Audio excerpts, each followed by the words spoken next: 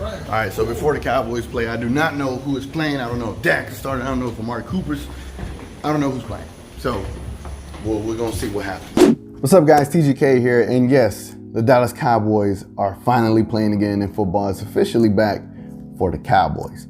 Now, today, I'm just going to talk about the 5 things that I'm taking away from the Dallas Cowboys versus the 49ers game.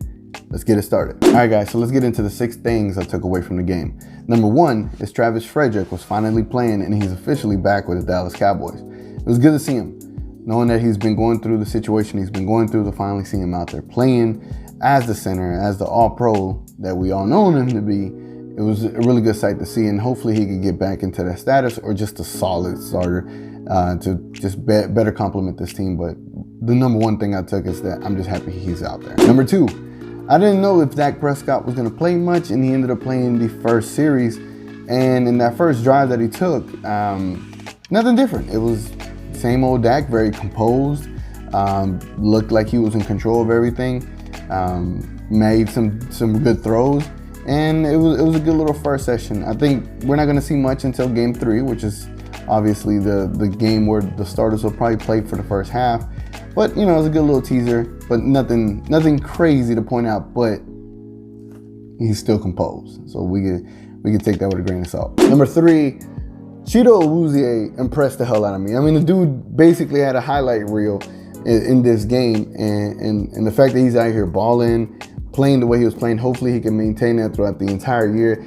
And you never know what our secondary could be looking like, especially with Cheeto out there. He played great today. Played great. I mean, there was several plays where he's basically batting the ball away or making a tackle and just all over the field. I mean, he stood out today, and he was very impressive. Number 4, I don't want to say his name, but I'll say his name. Number 81, Johnson, needs to learn how to catch with his hands. There was a third down play where he had an opportunity to get a first down if he just caught it, but it looked like he was trying to body catch it. And when you're trying to body catch it, a lot of the times when you're in that situation, you're going to drop it just because of everything that's going on. But if you put your hands on it and tuck it in, you have a better chance. I'm just saying, I've learned that playing high school football. I've seen it in college, NFL. They always tell you, catch with your hands. If Johnson could just put his hands on the football, he'll be all right. I mean, the fact that he's getting open against people out there, against the 49ers, I mean, these are all pro players. He has some value, but he didn't make himself look too good today, especially with the multiple drops that he had. But that third down one was super crucial. Number 5, Gifford. I don't know where the hell this guy came out of, but man, what an amazing interception that he had. And then shortly after that interception that he had got injured. I don't know the seriousness of his injury, and hopefully he is okay. I think it's an ankle injury, if I saw it correctly, but I hope it's nothing too serious. But man, it looked like he had some upside, and he made an amazing play in this game today. And again, kudos to him, and hopefully he recovers well. And number 6, our kicker, Maher. He concerns me. Yes, he made several kicks in this game, but he is just concerning. I mean, you miss one blatantly, almost missed a second one, and I don't know. I've never been confident with Maher.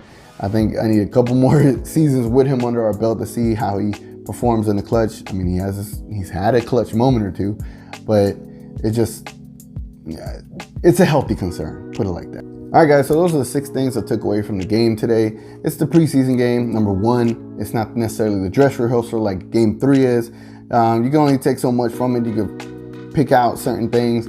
Our defensive line in the beginning wasn't really getting too much of a rush. Our running backs really wasn't getting too much of a rush either. So those are 2 little things that you can point out, but it's early on in the season. Another thing is that Kellen Moore really wasn't opening up his playbook, but I'm not necessarily putting too much credence into his playbook in the first 4 preseason games. We got all of the actual season to go through, so I'm not gonna evaluate or criticize Kellen Moore too much during the preseason. But however, it was a good outing. I mean, you had some players stick out and have some good performances, and you have some players that can improve on certain things. And that's what you want to get out of these preseason games, is what you're good at, what you can improve on. And basically you want to be able to find players that you could keep on this roster, because there's going to be cuts coming down the line pretty soon. And you want to be able to keep the best players per the positions available. And hopefully they can make a great selection when it comes to that as far as their cuts are concerned. But everything's looking fine to me. I mean, it's just game 1. Hopefully there's no more injuries. in game 2. And hopefully our dress rehearsal on game 3 looks amazing. And then game 4, and it's not much. But again, game 1 is in the bags. Let's go on to next week. It's been your boy TGK. Y'all go ahead and leave some comments below. I'll be responding and reacting to everybody. But until then, guys, I'm gonna catch y'all on the next one.